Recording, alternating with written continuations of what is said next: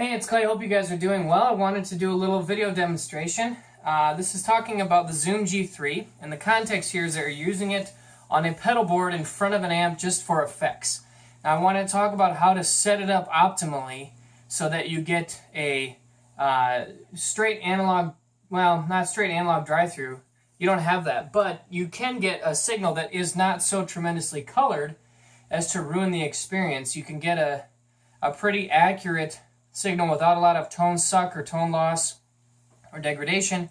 There are a lot of funky settings going on with this thing, and if you set it up properly, you really won't have any problems. So, the first thing I wanted to do was run directly into the front of my amp. So I'm just plugging my guitar right into the amp, and let's hear how that sounds real quick.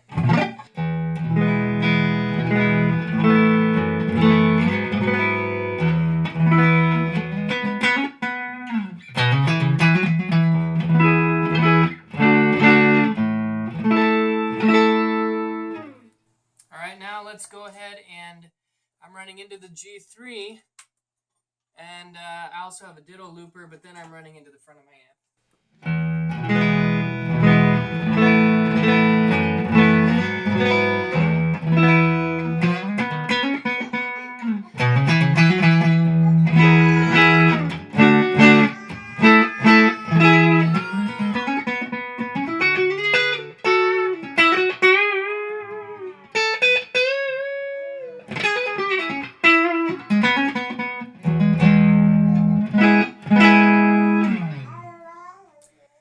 So that is a pretty accurate sound to my understanding. Now I want to talk about some of the settings. So first and foremost, I want you guys to check out I don't have anything active right now on the G3. But the first thing is going to be on the global block.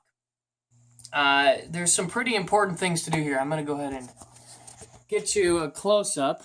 So in the global block, you can see right here on this left screen, the important ones to pay attention to is the level at 100. 100 is unity gain, but sometimes I bump it up to maybe even just 105 just to give it a little extra kick, but 100 is a good place to start.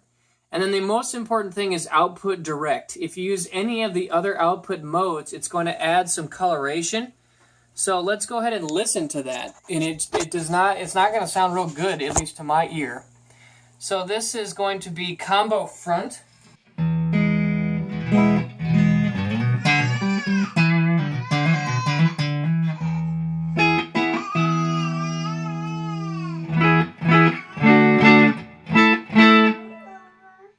Back to direct.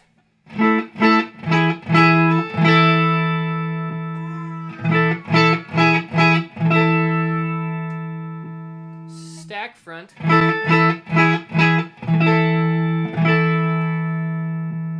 Combo power amp.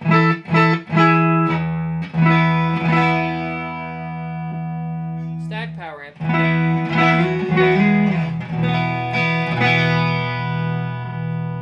Back to direct.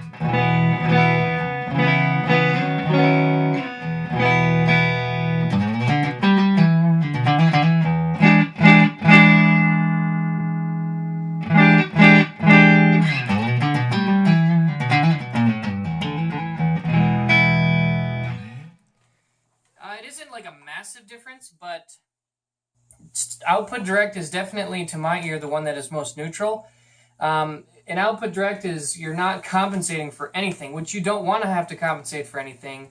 What you're doing is you're not using the amp modeling in the G3, and the other modes are meant to allow the amp modeling to work best in each of those settings. So for example, if you use combo front, which is kind of what would make sense, I'm using a combo amp into the front, but I don't want it to apply that EQ coloration. I just want it to be perfectly neutral. I want what I'm putting into it with my guitar and my pedals to come straight out. So that's why you use combo front. I'm sorry, that's why you use Studio Direct and not combo front. Combo front is compensating for if you're using the amp sims in the G3, but then wanted to run that into the front of an amp. That's what that would be for. So I don't really like doing that. But other than that, it really is pretty straightforward. You got to just make sure you have those global settings set properly and you should be good to go. So anyways, I hope you guys enjoyed this video, and I hope this helps get the most out of your Zoom G3 when you're using it into the front of an amp. Thanks.